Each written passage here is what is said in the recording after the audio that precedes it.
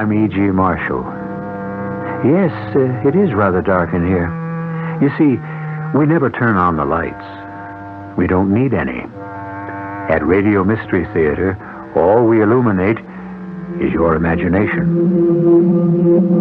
But do not be concerned. Although it has been said that when one is alone, in the darkness, one hears strange things. Let those who enter these hallowed halls be cursed. None shall look upon the sacred golden cauldron of the druids. A strange voice. A voice from the moldering past. What has a sacred golden cauldron and the strange cult of the ancient druids to do with my story? Even the mention of the word druid evokes a frightening display of pyrotechnics from the atmosphere. Why does contemporary man still fear prehistoric rituals from the past? Our mystery drama, The Golden Cauldron, was written especially for the Mystery Theater by Ralph Goodman and stars Paul Hecht.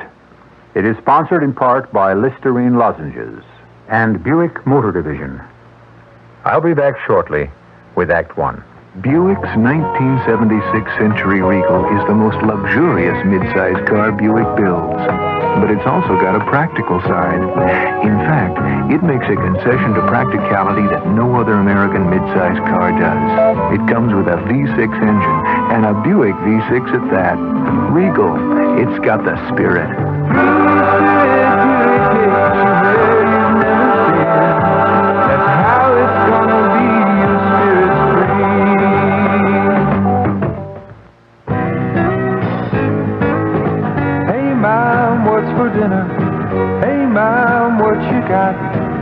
ShopRite's the answer to what's for dinner this week. It's center-cut beef rib steak, $1.39 a pound.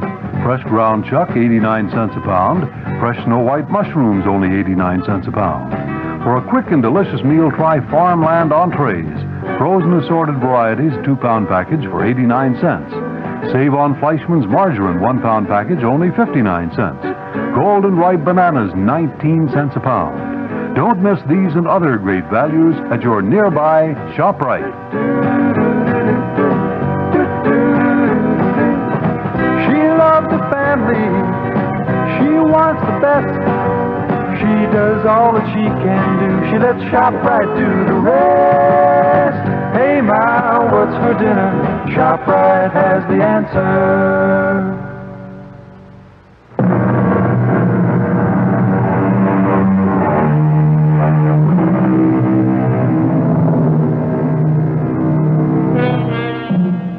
Golden Cauldron? The power of the druids reaching out beyond the grave? In this, the 20th century?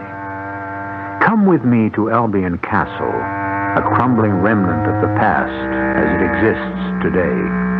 A storm rages outside, but safe for the moment are 2 American tourists who have come here for a skeptical look into the legend of the druids. In the great hall of the castle, above the fireplace, there is a graven image of a druid god. There is something hypnotic about this strange carved deity that is being examined by Brad Spencer, a young man who does not frighten easily. And yet, the statue is holding Brad in its spell. Well, Brad, I see you've met the lord of the castle. The likeness of the all-powerful Celtic god. Is that what he looked like, Peter? Well, I've never seen him, but when I guide the tour groups around Stonehenge, that's the face I describe. Looks rather frightening, doesn't he? The tourists love it. Fits the moody climate. Let's change the subject, Peter. Maybe the weather will improve. Don't tell me this druid nonsense is getting to you. No, of course not. It might worry Dennis. You don't know how his childish mind functions. Come to think of it, I'm not too sure how it functions myself. As long as he can earn enough money to afford that brand new Rolls Royce you two arrived in, I'm sure you don't care. That's true. I'm a sponge. Soak up the wealth I find around me. Never work if I can help it. But Dennis is no worse than I am. He didn't earn his millions. He inherited them. I can't wait to meet him. How the tour's going? Jammed as usual this time of year. But I'm beginning to lose interest. Not in Stonehenge. Oh, no. That always fascinates me, just as this image of their Celtic god seems to fascinate you. You may be bored with your work, Peter, but I find this crumbling old castle an endless source of amusement. Amusement? Research, old buddy. You may be interested to know that I'm getting close to the solution of the ancient Albion mystery. Don't tell me you're still checking out that old legend. Legend, Peter? Or fact? You must have picked up a lot of information about the Druids that could be of help in clearing up the strange legend about the tragic death of the Archdruid Albion and his secret love, the beautiful Helen. I wouldn't discuss it here if I were you. Brad, where are you? Here, Dennis. Oh, thank heaven. I thought I was alone in this spooky place. What's going on out there? An atomic blast? Relax, Mr. Wentworth. Just one of our usual summer evening showers. Oh, you know my name? I mean, you had most of it, only you left out the third. The third? Yeah, Dennis Wentworth the third. Don't think grandfather was happy with the first two. That's why he left his fortune to Dennis. Right. Not a fortune, but it's enough. I think I'll go back to my room. Now, wait. We're going to have some brandy. Look, I'll be out in a minute, as soon as I change my shirt. Oh, make mine a double. Now to get back to the legend. No need to get the facts secondhand. That old car out there, the one that just pulled up in the driveway? Yeah? It belongs to Siculus. Who? Siculus. Siculus Lothbridge, one of the oldest residents of this area. Some believe he was once an arch-druid himself. You don't say. I'd like to meet him. You will. He haunts this castle. Haunts it? Nice old guy, but a sort of fanatic. Knew the Albion clan personally, they say. He keeps coming up here in search of the lost cauldron. Lost cauldron? Yeah, the golden cauldron engraved with the head of a Celtic god. He believes it's buried with the skeletons of Albion and the witch Helen. Now I know I want to meet him. The housekeeper will make the introductions. We're very formal around here. Basil, we have guests. Please attend to the front door. Yes, Mrs. Margaret. Siculus, so good of you to give this young lady a lift in the end. Oh, yes. And all this downpour. You have no idea how I appreciate this. Oh, it has been my pleasure. Youth and beauty has always brightened the eyes of the ancients. You mean like the beautiful Helen affected those who looked upon her? Who is this stranger? Don't be angry, Siculus. He's a guest, a visitor from America. He meant no insult. None at all. Peter, Mr. Brooke here was just discussing an old Druid legend, and I was... Oh, this is Mr. Brad Spencer. You, of course, know Peter. Yes. We have spoken on occasion. Mr. Spencer, this is Siculus Lothbridge, a respected elder of our community. Most happy to meet you, sir. See to the young girl, Margaret. She is chilled to the marrow. Yes, Siculus. Basil, take the young lady's bags to the upper floor. Oh, just a moment, please. I don't mean to cause any trouble, but my letter specified a room off the Great Hall. We didn't receive any letter. Well, then, how did you know that I was arriving today? Siculus foretold of a third visitor. A young woman, tall, slender, with blonde hair. Well, the man's amazing. All we have is a room on the upper floor. Wait a minute. Would you like my room, Miss... Julie Chandler. Yes, I would, Mr. Spencer. Oh, then it's done. Basil, you may show the lady to my room and place my bags on the upper floor. You're sure, sir, that this is not an inconvenience? Ordinarily, yes, but for an unexpected third visitor, tall, slender, with long blonde hair, who am I to tempt the wrath of fate? Thank you again, Mr. Spencer. Oh, Brad, please. Brad. I'll just hang on to this small bag, Basil. You may carry these others to Mr. Spencer's... Sorry, I didn't mean to bump into you like this. My name's Dennis. Mine is Julie. You dropped your purse, Julie. Here it is. Thank you, Brad. Oh, well, you see, you two are already acquainted. I was just coming out of my room. And I was going into mine. It looks like you and I are going to be neighbors, Dennis. Mr. Spencer was nice enough to trade rooms with me. Oh, terrific. See you later. gents. Yeah. Wow. Beautiful blonde in the room next to mine. Thanks, Brad. Things are looking up. Try looking in this direction, toward the fire. We have another visitor who's not so pretty. Oh, the old man? Yeah, just arrived with Miss Chandler. You're right. He isn't pretty. Wow, what a weird face. Must be over 100 years old. Make yourself at home, gentlemen. And you, Siculus, of course, are always welcome here. Thank you, my lady. I'm merely the housekeeper here. With the soul of a lady, nonetheless. Basil will bring some brandy. If you'll excuse me, I have my work to attend to. Oh, certainly. If the fire burns low, please tend to it, Peter. It's the only source of heat here. I will, Margaret. Rather attractive for a housekeeper. She's been looking after this place since Sir Lawrence left. Introduce your friend to our visitor from the village, Brad. Oh, yes, Mr. Lothbridge. This is Dennis Wentworth III. Pleasure to meet you, Mr. Lothbridge. What do you know of the druids? Nothing. Nothing. Peter was telling me all about this place. It was tragic about the poor girl, her lover. You mean Lady Elaine? Lady Elaine? The recent murder of Lady Elaine and the disappearance of her husband, Sir Lawrence. No, we're referring to the tragic murder of Archdruid Albion and the beautiful witch, Helen. That happened hundreds of years ago. We speak of that no longer. Lady Elaine was murdered a few months ago. There were 3 murders in this castle? In this room. I'm leaving. Oh, come off it. Stop being so nervous. I can't help it. Murders, thunderstorms, old castles. They make me jumpy. A young woman was murdered here, right where your young friend, Mr. Wentworth, is standing. Thanks a lot. The police have investigated, but until they find Sir Lawrence... I don't follow. Elaine's husband, Sir Lawrence, thought his lady was cheating on him. He confronted her. An argument followed. He became enraged and shot her, point blank, through the heart. Death was instantaneous. And the murderer, Sir Lawrence, is missing? Yes, he's still at large. He could be hiding somewhere around nearby in the caves or in the village. Brad, you sure you don't want us to leave? Just when things are starting to get interesting. A poor girl has been foully murdered. Why do you find this interesting? Oh, I'm in sympathy with the girl.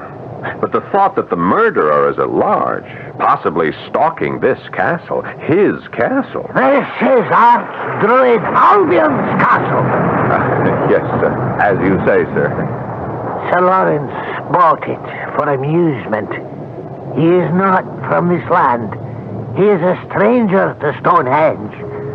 The foreigner's presence here has defiled the sacred memory of Albion. I gather Sir Lawrence is not liked by the local townspeople.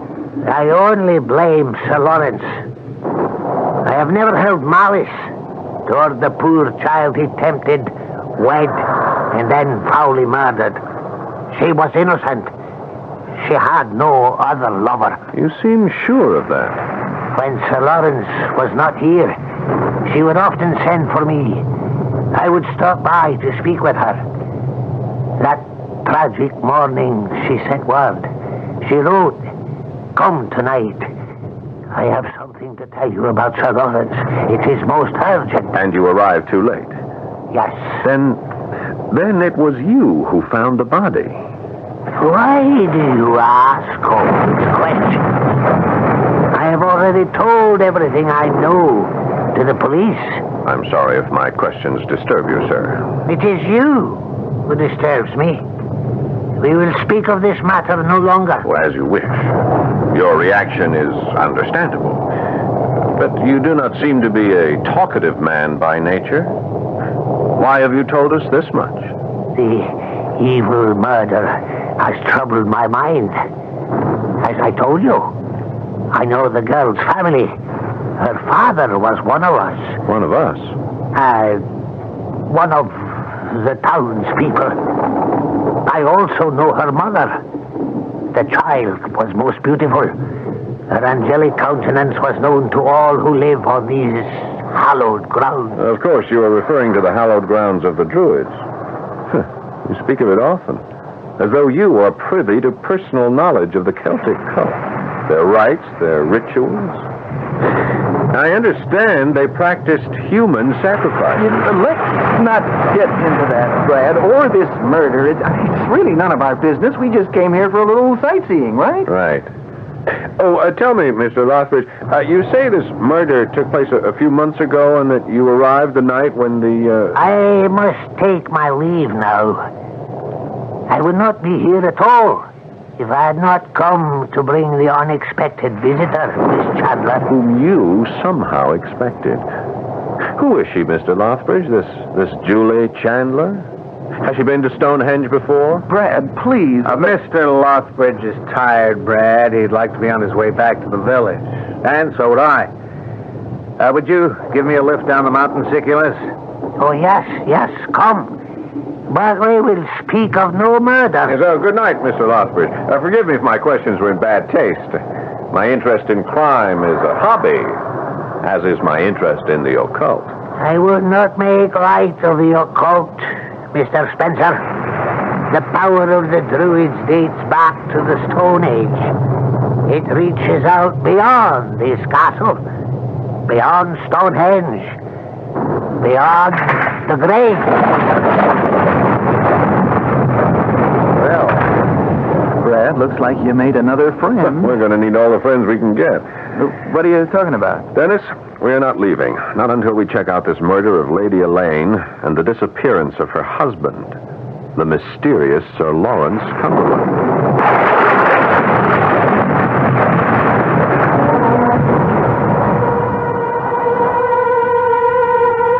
Well, what have we here? 3 skeletons that haunt the infamous Albion Castle. 2 from one century and 1 from this. Perhaps the inquisitive Brad Spencer will enlighten us as to the reason for this recent crime of violence.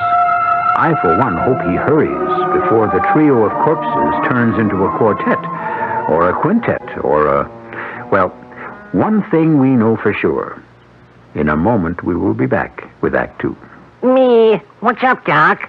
Hi, I'm Mel Blanc, and that's just one of 1,000 voices I do. That's why they asked me to tell you about lemon mint Listerine lozenges. They really soothe your throat when you have a cold. And Listerine's anesthetic medicine helps give fast, temporary relief from minor sore throat pain. Lemon mint Listerine lozenges. No matter how many voices you've got, you've only got one throat. So get Listerine lozenges, folks. Use only as directed. Here's Ralph Flinger, better known as Mr. I Know Where They Are. Ralph, whatever became of Edwin Lowdy, the inventor of the bridge lamp? Oh, yes, well, he's well up in his 90s now, but he still works every day taking chain-link fences apart. A listener would like to know whatever became of a young daredevil named Warner Bromley, who flew a Zeppelin upside down. Yes, he once tried to fly a Zeppelin upside down through the framework of the Eiffel Tower. What's he doing now? He inflates weather balloons for the government. All right, Mr. I Know Where They Are. How about Stuffy Hodgson, Calvin Hoogovan, Jimmy Schwab, Fred Falvey, and Mary Backstage? Oh, they're all to be found in the pages of the new Bob and Ray book, Right If You Get Work, along with Wally Ballou, Tippy the Wonder Dog, and many more fascinating characters. That's Right If You Get Work, the best of Bob and Ray, at your bookstore now. Incidentally, Edwin Lowdy claimed he invented the bridge lamp, but he didn't. Well, he's in his 90s now. I don't see any point in reopening that controversy. Right If You Get Work, the new book by Bob and Ray, is available now at book and department stores, published by Random House. In the Bahamas, we got an island here for you. 700 islands, we got an island here for you. Everyone is different, we got an island here for you. Whatever your pleasure, we got an island here for you. This is King Eric of King Eric and His Knights, inviting all of you to come down here to the Bahamas, the country of 700 islands. Let's all swing together with some nice Bahamian music and entertainment. We have fire dances, limbo dances, and of course, we will be here to entertain you and sing all of your nice favorite Gumbe songs. Whether you're in Nassau, Paradise Island, Cat Island, Freeport, Lucaya, or any part of the Bahamas, the Gumbe beat will take hold of you. Cabarets, nightclubs, dinner dances, restaurants is a great nightlife in the Bahamas, the country of 700 islands. And you could be there tonight. Call toll-free 800-327-0787. Bahamas Tourist Office. the Bahamas. We got an island here for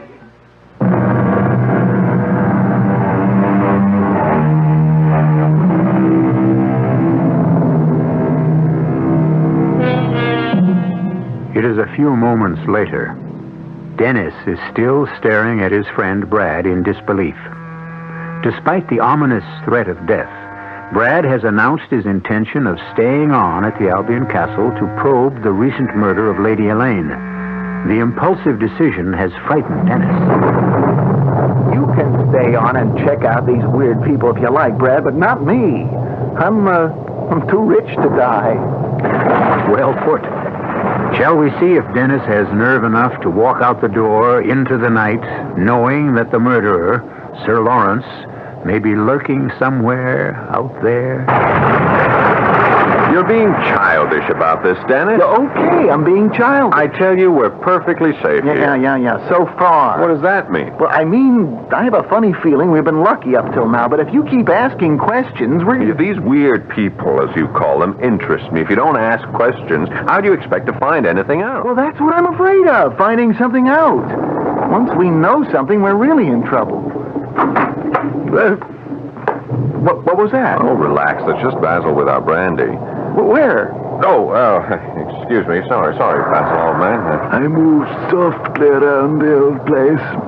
I do not wish to disturb people. Oh, that's thoughtful of you, Basil. Oh, I see you've already poured our drinks. Yes, sir. Mistress Margaret is most particular about how I serve the guests. Yours, sir? Oh. And one for you. I do hope you'll find this to your liking. Thank you. Oh, tell me, Basil, what happened to the dog? The dog, sir? What dog? Well, I noticed an empty enclosure near the driveway when we arrived yesterday. A dog run. The name Bruno engraved on a metal plate on the wire fence. Oh, the dog. I'd forgotten for a moment. Poor Bruno. It was Sir Lawrence's dog. Oh, what happened to poor Bruno? He died. A lot of poor things seem to die around here. How did Bruno die? We had to destroy him. After Sir Lawrence ran off, the animal howled all day long, refused food and drink, acted strangely. You mean acted strangely? It would no longer enter the castle. Used to sleep there, by the fire. But after Sir Lawrence ran away, it would no longer sleep there. Oh, where did he sleep? Out there, in the courtyard, on Albion's grave. Strange behavior. Howling. Yeah. Became a nuisance. Mr. Offbridge prepared a potion of gentle poison. I fed it to Bruno. I thought you said it refused food and drink. Well, by then, it was too weak to resist. The poison was lethal. It just went off to sleep. Never woke up. If you gentlemen need anything else, please ring. Oh, yes, thank you. I warned you, Brad. You ask funny questions, they serve you funny brandy. Your imagination is running away with you, Dennis. There's nothing wrong with this brandy. If you're worried, I'll drink mine first. This is delicious. You're sure it's okay? Fine. Go on, take a sip. It won't kill you. Bad joke, Dennis. But drink up. You look like you need a drink. I do. Okay, here goes. Sure needed that. This place gives me the creeps. Yeah, so I've noticed, particularly when I was asking old Siculus a few questions. There's only one person I'd like to ask a few questions of. Oh? Yeah, Julie Chandler. Did you get a look at that chassis? I'm dying to ask her 3 questions. Address, phone number, and if she's married or single. Have another brandy. Yeah, I think I will. The stuff is great. Better make it a double. Why? Here she comes. Yeah. She slipped into something more comfortable. For her, not for me. Good evening, Miss Chandler. Hello. I must say, you look rather nice tonight. Thank you. So do you. Yeah. Allow me to introduce myself. My name is Dennis, Dennis Wentworth III. I know. We were introduced when I arrived. Oh, yeah, of course. And your friend's name is... that doesn't matter. He's a bore. A complete bore. Oh. May I pour you some brandy? Yes, thank you. It's okay. We just tasted it. I mean, it's a fine brandy. Brad, if you'll excuse us, the young lady and I... Brad, that's it. Brad Spencer. Is there something wrong? No, just restless. May I sit down? Oh, please. Oh, thank you. You were saying, Julie, may I call you Julie? Certainly, Dennis. About this being restless. That's why I decided to travel. See new places. I've read about Stonehenge and heard about this old castle that's been turned into a sort of inn by Sir Lawrence. And I decided to come here while I was traveling abroad for, well, the novelty of it. Now, Julie, you know that's not true. Isn't it, Brad? No. You've been here before. You knew of the rooms off the Great Hall, and the name Sir Lawrence isn't mentioned in the travel folder that suggests this inn, as you call it. You haven't been traveling abroad, Miss Chandler. You live abroad. In Ireland. Dublin, as a matter of fact. Well, how would you know that, Brad? Miss Chandler dropped her purse when we were exchanging rooms. I swiped her wallet. Oh, here you are, Miss Chandler. And I thought you were honest. I had hoped you were, too. It's seldom I meet a man who is interested in more than he sees. Thank you. Tell me, Brad, what do you do for a living? Live. Don't you work? At living, yes. How do you feel about me at this very minute? Fascinated. That's encouraging. I'm glad I took the extra time to put my face on just right. Well, it's not the face I find fascinating. Not that it isn't a very pretty face. It's what's behind that beautiful mask. What's going on inside that lovely head of yours. Still the analytical male. Haven't you ever made a decision that was impulsive? Yes, once. I discovered it was a foolish one. Would you like to kiss me? Impulsively or analytically? Any way you choose. Wait a minute. You two just met. You're not gonna... Yes, you are. I found that exciting. I find this depressing. Did it do anything for you, Brad? I don't know. Let's try it again. All right. Oh, now that's what I call a kiss. That was a shot, you fool! The window is shattered. Yeah, it came from outside the castle. Okay, get down, both of you. Whoever that is, he's lurking outside. Sir Lawrence. Perhaps, but how did you know about Sir Lawrence? Well, they told us when... They didn't tell her. The front door. It's opening. Peter! Is everyone all right? Well, I thought you left. We did. Siculus had a strange premonition. Said he felt the presence of Sir Lawrence in the wooded area beyond the castle grounds, so we returned. I could feel the evil nature of the man. Remain silent. The link between the living and the dead is still here, just outside this room. Mr. Spencer, Peter, what is happening? That noise I heard. That was a gunshot fired at a distance of, I would say 100 yards or so from ground level. Ground level? Wow, but you would know that. Simple. The glass was shattered here at this point of entry, just a few feet from the floor. And the bullet spent itself here above the fireplace, just over the head of the Druid god. Took off one of his ears. Sacrilege! May the heavens might revolve and the evil be bound by chains to eternity. Oh, man. I mean, let's call the cops and get that guy. We have no telephone. This is an isolated area. The castle was renovated, but it has been impossible to string phone wires up the mountain so that we could have contact with the outside world. Oh, great. That means we're on our own. Sitting ducks for Sir Lawrence. If that was Sir Lawrence out there. What does that mean, Mr. Sherlock Holmes? Well, simply this. We aren't sure just who fired that shot as yet. Are we, Basil?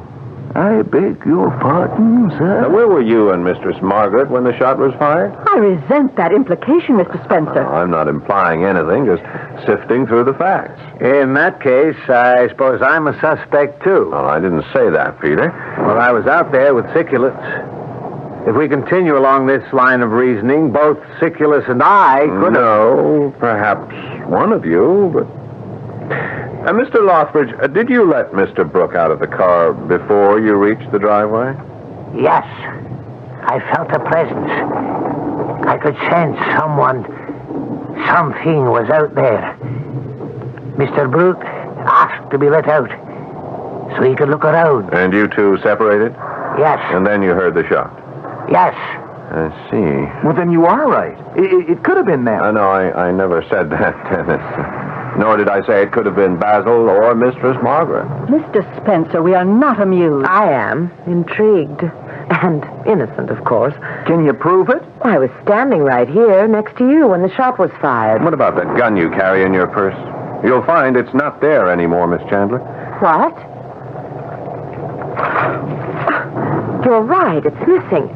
How did you know I had a gun in my purse? If you recall, when we exchanged rooms, you dropped your purse. I picked it up.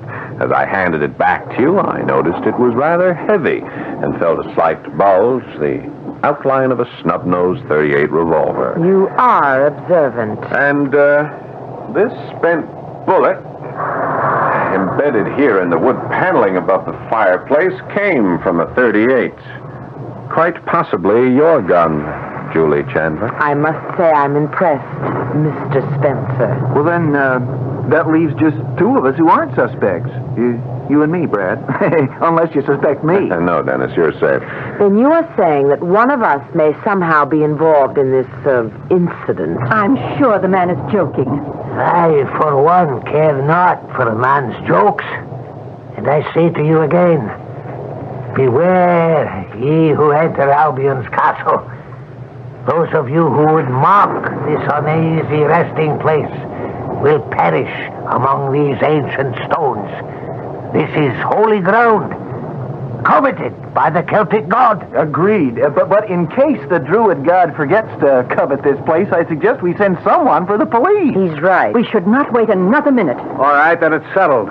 While the others remain here in guarded silence, one of us will leave immediately and inform the authorities. One of us.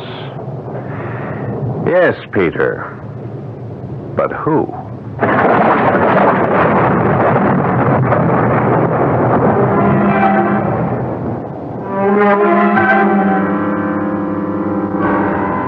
An interesting dilemma. 6 souls trapped in the remains of a crumbling druid castle, held prisoner by their fears and suspicions of one another. Can Brad Spencer unravel this web of deceit? He and his reluctant traveling companion, Dennis, seem to have stumbled upon an unusual and terrifying vacation spot. They'll have an exciting story to tell when they get back home.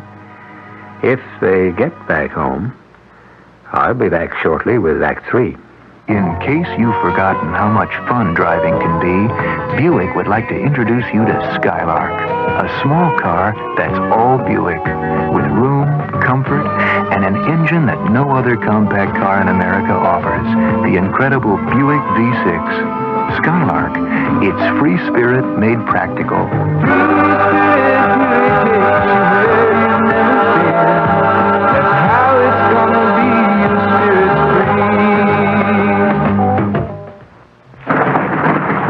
We're all a little leery of the dark. That's why some lonely night, you'll be glad you bought a Delco battery. A Delco quality battery with instant starting power. Delco batteries. Some lonely night, you'll be glad you bought one. Enter the AC Delco Energizer Sweepstakes and win a Holland America cruise for 2. For details, go to Dave Turner Auto Diagnostic Center on River Road in Kearney, New Jersey. Say, does your car sputter, stall, or miss? Then it's time for a tune-up at your Lion Oldsmobile dealer, a member of the Long Island Oldsmobile Network, LION for short.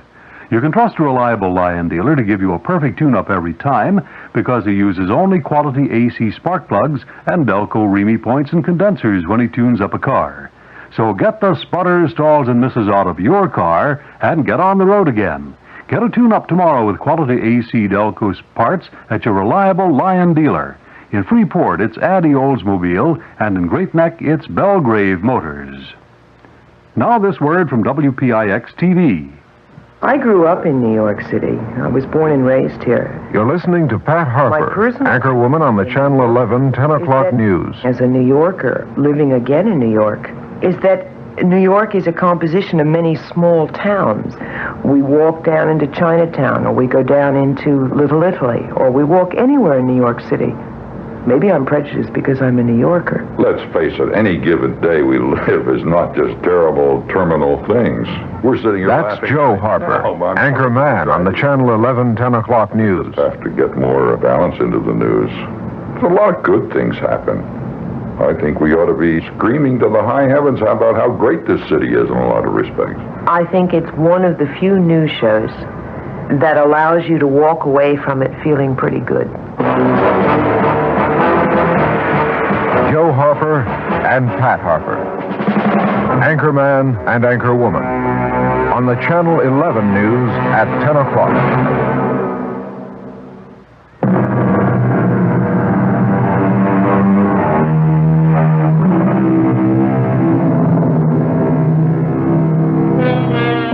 The mysterious shot fired at Brad Spencer has aroused his instinctive suspicion of those around him.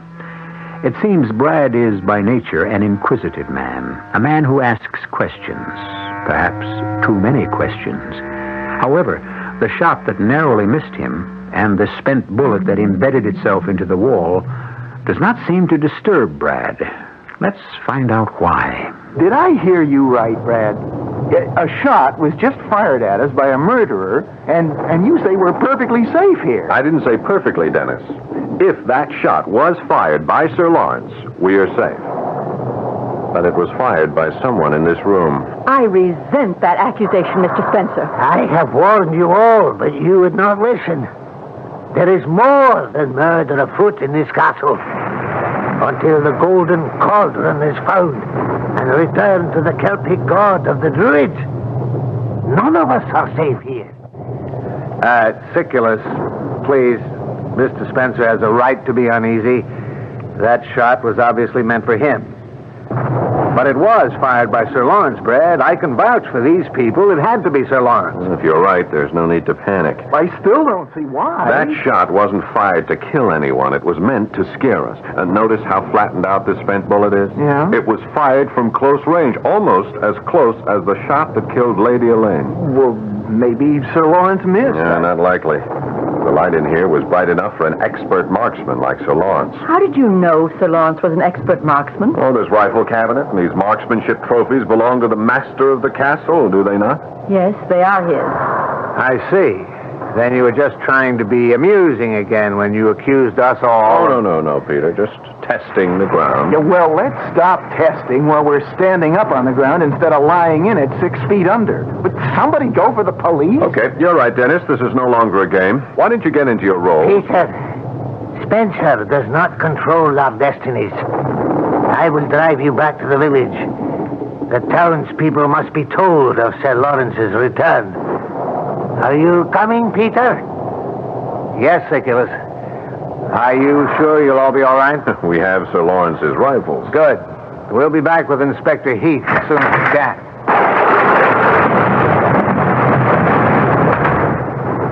If we have your permission, Mr. Spencer, Basil and I will secure all doors and windows from the inside. Come, Basil. Yes, mistress. You are an interesting man. I just love the way you put 2 and 2 together. Now, let's really put 2 and 2 together and see if we can come up with one. One suspect. The man who fired the shot. Then you believe it was a man and not me. Julie, you were standing here right next to me when the bullet came crashing through that window. That's right. But you're confusing me. You did say the shot came from my gun. Or another 38. But let's take one thing at a time. Consider the dog. The dog? Bruno, Lawrence's dog. Basil said it howled all day long after Sir Lawrence disappeared. They had to destroy it. Basil poisoned it. I don't trust that, Basil. Yes, but why did it howl? It was Sir Lawrence's dog. Why didn't it run off, go searching for its master? Well, maybe they had it chained up. No, Dennis. Now, if you remember, Basil said it howled all day, and at night it slept out there in the courtyard on Albion's grave. Oh, how gruesome. Or how obvious. Obvious? Yeah. You remember that story about Greyfriars, Bobby, Julie? I'm sure you do, Dennis. They made it into a Disney movie. Oh, yeah, I saw that about this dog whose master died. Yeah. Now, we'll go on, Dennis. Good Lord. What's the matter? Yeah. They buried his master, and the dog refused food or drink, howled all day, and at night slept on its master's grave. Exactly. You don't think That's been our problem up until now. We've been kept so busy, we haven't had time to think. Come on, Dennis. Where are we going? Out there in the courtyard to dig up Albion's grave. And what am I supposed to do while you boys are gone? Wait here.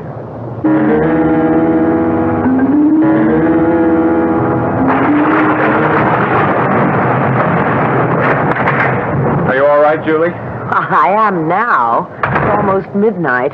You've been gone a long time. What did you tell Basil and Margaret while we were gone? I didn't see Basil or Margaret. This place has been as quiet as a tomb. No, don't mention that word. Then you found something out there at Albion's grave. Yeah, we grabbed some shovels from the garage. Yeah, and, wait, Dennis. Keep your voice down. We still don't know whom we can trust around here, and that includes Julie. Me? You know all about this castle. You're familiar with the rooms, the grounds, and you've met Sir Lawrence, too, haven't you?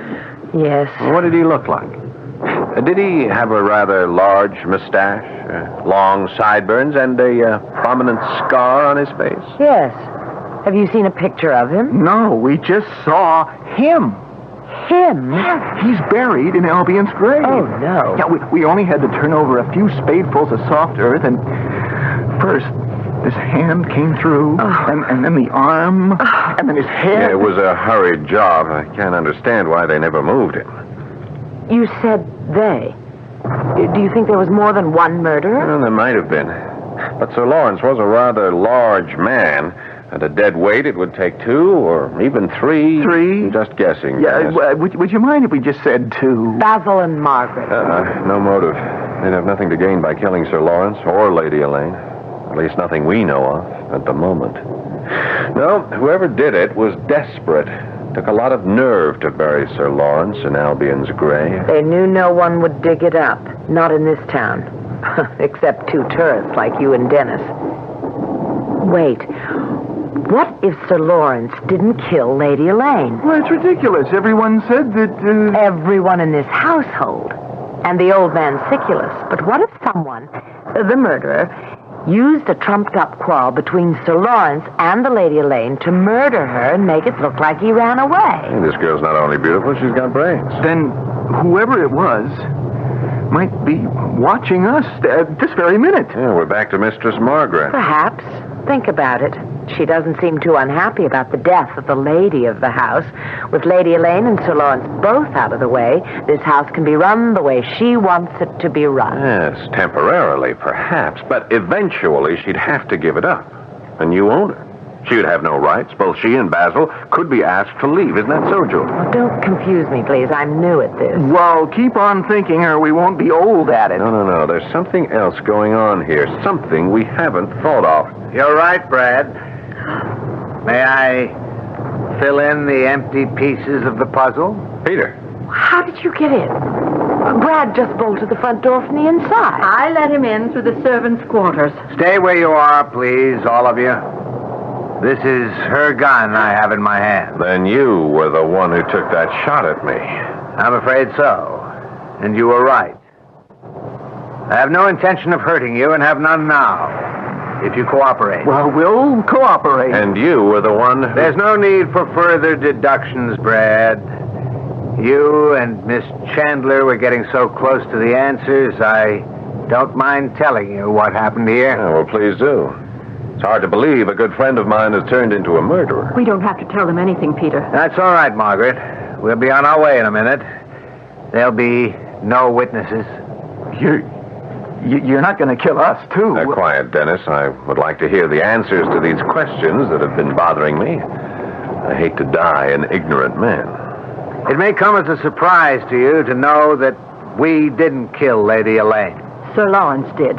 They had been quarreling when Peter and I rushed in about his infidelities, not hers. He had just shot her. She died instantly.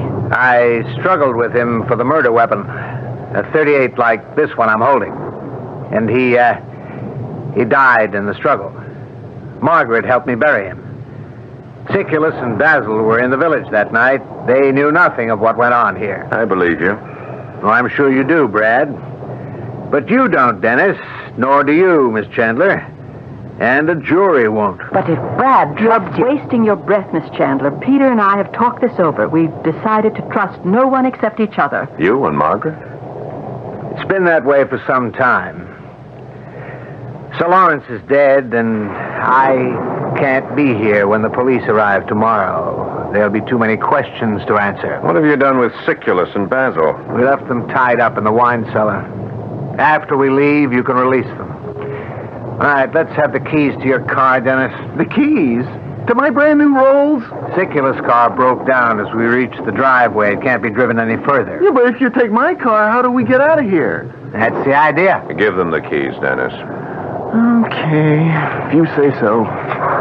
Here, but drive carefully. I love that car. Let's get out of here, Margaret. It'll soon be daylight. I'll be happy to be rid of this awful place.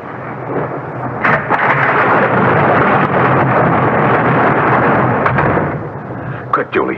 Bolt that door from the inside. And Dennis, run to the servants' quarters and bolt that door shut again, too. Right. Good thinking, Brad. And while you're there, Dennis, release Siculus and Basil from the wine cellar. This castle is secured, Master. But why all the precautions? And why do you have that I've got 'em where I want 'em look on your face? Just come to the window and listen. It sounds like our culprits are having trouble starting Dennis's car. Is the engine missing? No. But this is. What is that? The coil wire to the distributor. I removed it when Dennis and I were in the garage. The car won't start without it. You knew Peter and Margaret would not be able to get away all along. But I had to give them a chance to make it their decision. None shall escape this castle of eternal death. Ye shall pay for your sins. Yeah, sounds like Dennis released Siculus and Basil. This calls for a drink. Right, Julie, but keep away from the windows. Peter still has your gun, and he must be getting angry by now. I don't blame him. Margaret is beautiful, but having to spend the night in the garage until the police come is nowhere near as romantic as spending the night by the fire with you. Until the brandy goes.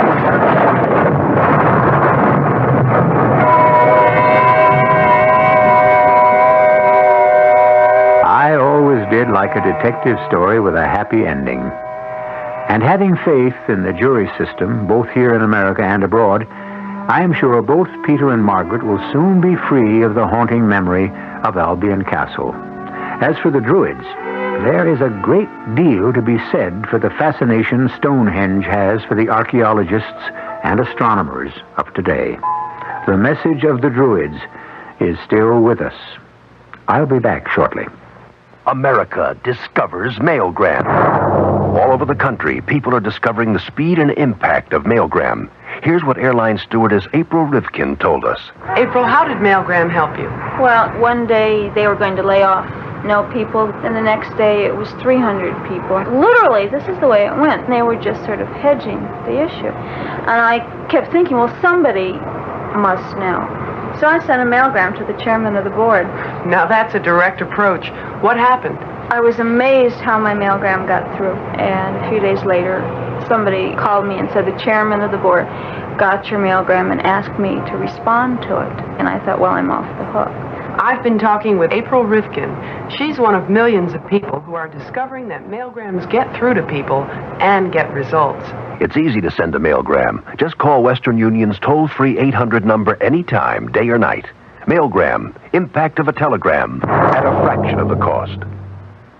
Hi, I'm Donna Sue Billie Jean Garbanzo from Dial-A Secretary. You're dressed like a mechanic. Oh, I work nights in a body shop. Great. I needed a secretary. Today I'm all yours. Listen, Wash your hands, put your toolkit in the corner, sit here, and take a memo. Take it where? I'm not a messenger. You don't take dictation? You don't use dictating equipment? This is a small company. Maybe it's small because you don't use linear dictating equipment. I know, I've been around. I can see that. You could take Lanier's pocket-sized portable with you on trips and work while you're away from work. Lanier's standard cassette units could help you and your secretary get more done while you're in the office. With Lanier, I won't need you, but maybe you could take a look at my car. I already did. It looks like it was attacked by sharks. You need our weekend special. I'll do your points, shocks, plugs, and throw in a lube job. $800. Get out of here. Hey, you got grease all over my lap. You can get more done with Lanier Business Products. Look for Lanier in the yellow pages under dictating machines. The happy holiday season is nearly here, a time of gift-giving to family and friends. The question is, will you have enough money this year? If you start your 1976 Happy Holidays Christmas and Hanukkah Club at Metropolitan Savings Bank now, next year the answer could be yes. Come the holiday season 1976, you'll have saved all the money you want, plus Metropolitan's high interest on completed clubs. Best of all, you can choose a gift for yourself right now, free. And remember, only Metropolitan Savings Bank gives you MetroPack, the unique payment order way to pay those holiday bills or buy that gift in a hurry. Get full details about MetroPack and join the new Happy Holidays Club and choose your free gift today at Metropolitan Savings Bank with 12 convenient offices in Brooklyn, Queens, Nassau, and Manhattan. We want to help you save because... At Metropolitan Savings Bank, $1 billion savings bank, we know what you're saving for. Member FDIC.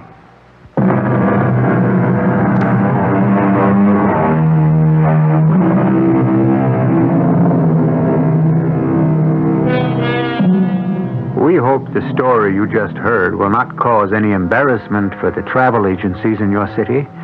I do hope you will control your urge to rush first thing in the morning and make reservations for a stay at Albion Castle, overlooking the magnificence of the ancient temple of Stonehenge. Don't misunderstand. Some say the castle is still there, but the price is rather high. To quote our good friend Siculus Lothbridge, "Let all who enter these hallowed halls in mockery pay for this transgression with their lives." Our cast included Paul Hecht, Patricia Elliott, Clarice Blackburn, Robert Dryden, and Russell Horton. The entire production was under the direction of Hyman Brown. Radio Mystery Theater was sponsored in part by Buick Motor Division and Listerine Lozenges. This is E.G. Marshall inviting you to return to our Mystery Theater for another adventure in the macabre. Until next time, pleasant dreams.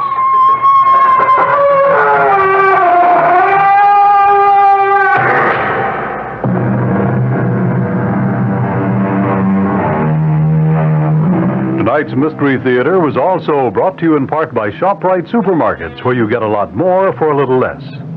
The preceding program is furnished by CBS Radio. Did you know there were sexual implications to Dracula? I'm Barry Farber. I've got just the professor who can help us find them right here at 8:50.